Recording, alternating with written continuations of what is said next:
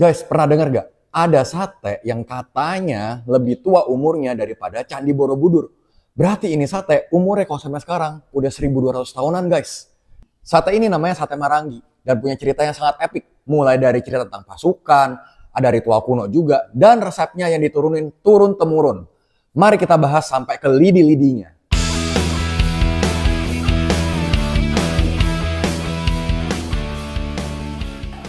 Cerita sate Marangi dimulai dari tanah Pasundan, tepatnya di Kerajaan Galuh sejak abad ke-7. Konon ini adalah hidangan yang sangat sakral, biasanya dipakai untuk ritual tolak bala, juga untuk menyambut tamu kerajaan.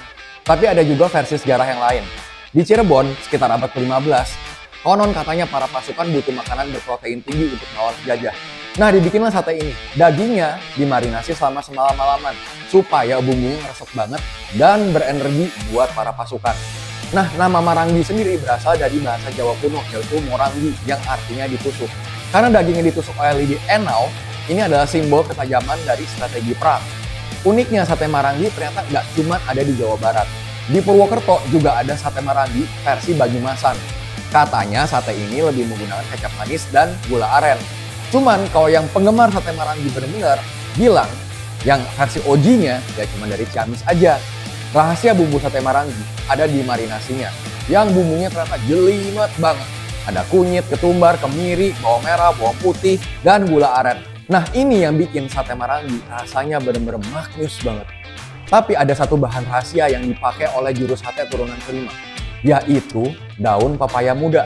Fungsinya buat apa? Buat ngempukin daging, karena zaman dulu kan ya nggak ada pengempuk daging yang instan sekarang ya, jadi harus pakai bahan tradisional kayak begitu. Daging sebelum dimasak harus dibungkus oleh daun pepaya itu supaya empuk dan didiamin sama beberapa waktu. Secara budaya, sate Marangi adalah lambang dari kesabaran. Kenapa? Karena proses masaknya itu sangat lama, butuh kesabaran banget. Mulai dari proses marinasinya, itu minimal semalaman.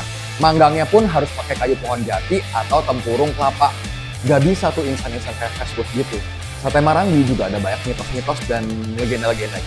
Konon katanya sate Marangi cuma boleh dijual di atas jam 6 setelah maghrib. Kenapa? Kalau dipanggang pagi-pagi dan dijual, katanya arwah leluhur bakal marah. Itu namanya ngambil jatah mereka.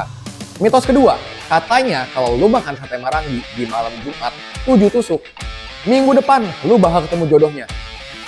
Ini hari Minggu ya, bukan malam Jumat ya. Jadi nggak bisa nyoba dong. Fakta unik ketiga, kan sate Marangi pakai kemiri nih. Zaman dulu kemiri itu dipakai buat menolak bala dan menolak roh jahat. Jadi kalau lu makan sate Marangi, otomatis auto eksorsis. Yummy.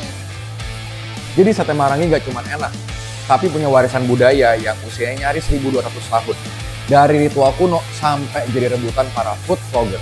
Kalau kalian punya rekomendasi sate Marangi yang mantap, yang enak-enak, tolong kasih tahu kita komen di bawah supaya kita bisa cobain nanti kalau kita lagi jalan-jalan. Video ini merupakan bagian dari serial video Tasting Indonesia.